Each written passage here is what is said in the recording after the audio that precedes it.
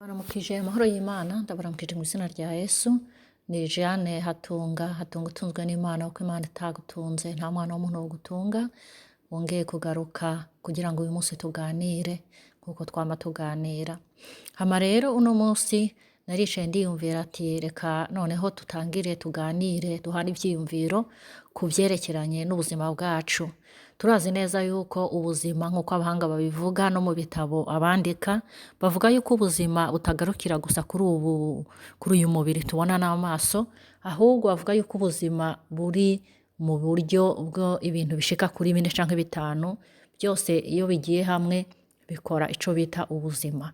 Ni ukuvuga tugomba kwiga canke guhana ivyiyumviro ku kuntu umuntu yogerageza gufata neza ubuzima bwiwe, ataravye gusa kuri physical, ku mubiri umuntu ashobora gukorako n'amaso canke n'amaboko, ahubwo akaraba no mu vyiyumviro, no mu vyo mu mutwe, no mu vy'imibanire ye n'abandi bantu. Ibyo byose iyo umuntu ashoboye kubifata neza niho ashobora kuba afise ubuzima bwuzuye. Ibi nibyo bita mu congereza ngo ni self care strategies. Tugomba kugenda twiga imwe imwe kugira ngo turabe ukuntu twoshobora kugira ubuzima bwiza. Ubuzima nk'uko mpejeje kubivuga burimo uburyo bwa physical health, ubuzima ushaka gukora ko uyu mubiri wacu, physical health. Hakazana emotional health, ivyiyumviro vyawe iyo bibaye vyiza ukiyumvira neza ukandi ntiwiyonone, naho nyene uraba uri healthy emotionally. Hanyuma social health, uburyo bw'imibanire yawe n'abandi, kuko tuzi neza yuko nabwo nyene dutegerezwa kubwitaho. Iyo ufise abagenzi bagenda bakumerera nabi, iyo ufise abagenzi bakubwira ibintu bibi, iyo ufise abagenzi ataco bagufasha, naho nyene urononekara socially, ugasanga ntabwo bimeze neza. Hanyuma hariho kandi mental health, ubuzima bwo mu mutwe, nabwo nyene dutegerezwa kubwitaho kugira ngo dushobore kugira ubuzima buzima. Kuko burya urashaka kubona umuntu arya akaryama ukavuga ati arya neza afise ubuzima bwiza, ariko burya mental health yiwe yarononekaye, canke se ugasanga no mu vyiyumviro yariyononye canke ibindi bintu vyaramononye, agakomeza agenda. Niho usanga umuntu agwara ibigwara byinshi bikomakomeye cane. Ibyo byose rero dutegerezwa kubyitaho kugira ngo tugire ubuzima bwiza, tugire ubuzima buzima. Impamvu dutegerezwa kubyitaho ibi byose ni kubera ko nk'uko twabibonye muri audio yarenganye, twavuze yuko imibiri yacu ari ingingo za Kristo, kandi twongera tuvuga yuko imibiri yacu ariho mpwemu yera aba. Dutegerezwa rero kwita ku buzima bwacu, tukita ku mibiri yacu, tukita ku vyiyumviro vyacu, tukita ku bintu byose bigize umuntu nk'uko Imana yabiduhaye, kugira ngo dushobore no gushima Uhoraho, dushobore no gukorera Imana mu kuri. Ntushobora kwita ku Uhoraho, ntushobora gushima Imana, ntushobora gukorera Imana udafise ubuzima buzima, kuko burya ubabaye, uhangayitse, udasinzira, ufise ibibazo bikomeye cane, kuko byo bitezwa kubaho turi mw'isi. Ariko iyo utagerageje kurondera umunezero ngo muri wewe indani wumve kunezerewe, ntushobora kuba ufise ubuzima bwuzuye. Niyo mpamvu n'aba bahanga cane cane mu Congereza bavuga ngo well-being. Well-being ni ukuvuga kuba umerewe neza, kuba ufise ubuzima bwiza bw'indani.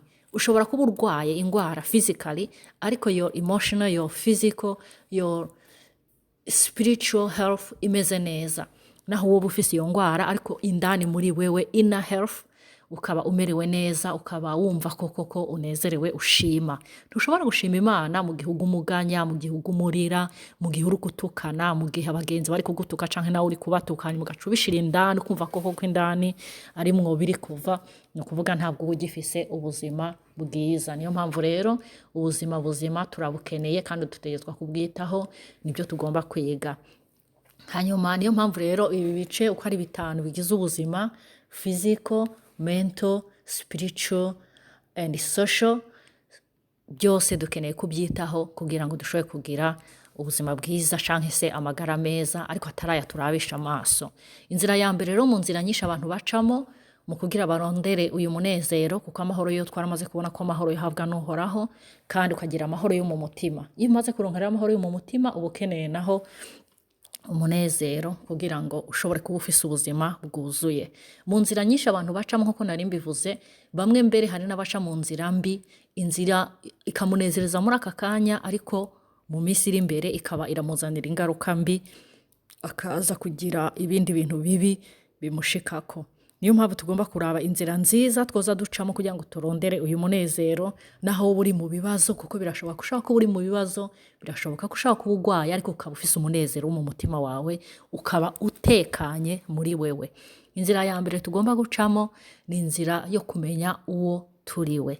Menya uwo uriwe, kuko iyo umaze kumenya uwo uriwe uramenya uko witwara. Iyo umaze kumenya uwo uriwe uramenya n'uko ugenda, ukamenya n'uko uvuga, ukamenya n'ivyo ukora, cane cane ukamenya naho ubaye, uko ushobora kuhaba, abagenzi bawe, abavandimwe n'abakwegereye bose ukamenya uko ubitwaramo. Menya uwo uriwe, kuko umaze kuyimenya niho ushobora no kumenya gukura, cane cane mu vyiyumviro no mu vy'impwemu. Iyo umaze kumenya uwo uriwe ukamenya ibyo ufise, umenya n'ivyo ukennye, ukamenya n'uko ushobora kurondera ukuntu uvyongereza. Ubuzima bwacu bw'indani nabwo nyene burakeneye kwitabwaho kugira ngo dushobore kuba dufise ubuzima bw'ukuri. Ubwo rero iyo yari inzira ya mbere, menya uwo uriwe kugira ngo ushobore kumenya ibyo ukeneye n'uko wobirondera, umenye n'ibyo ufise kugira ngo ushobore kubyitaho, bizokugirira akamaro mu misi y'imbere. Izi self care strategies rero turazikeneye kuziga. Tumaze kubona ko iya mbere ni ukwimenya, kumenya uwo uriwe, aribyo bavuga ngo know who you are, kuko mu Cyongereza bavuga ngo if you know who you are you will take care of yourself. Niyo mpamvu dukeneye rero kugira self care strategies. Reka tuzogerageze iya mbere, turabe, twimenye, tugerageze kwiga, tumenye se turi bande. Umwe wese yiga avuga ati ese koko ndinde, mfise iki, ni iki mbuze, nokirondera gute, ndinde, ni iki mfise, ni iki nshoboye gukora, ni iki ntashoboye gukora, ico nshoboye gukora nogikora neza gute, ico ntashoboye gukora naho ninde yokimfasha, canke nociga gute kugira ngo nzogikore, maze ubuzima bwanje burusheho gutera imbere. Murakoze cane, muhezagirwe kandi mugire ibihe byiza. Mwari kumwe na Jeanne Hatunga, utunzwe n'Imana. Murakoze. Bye, muhezagirwe cane.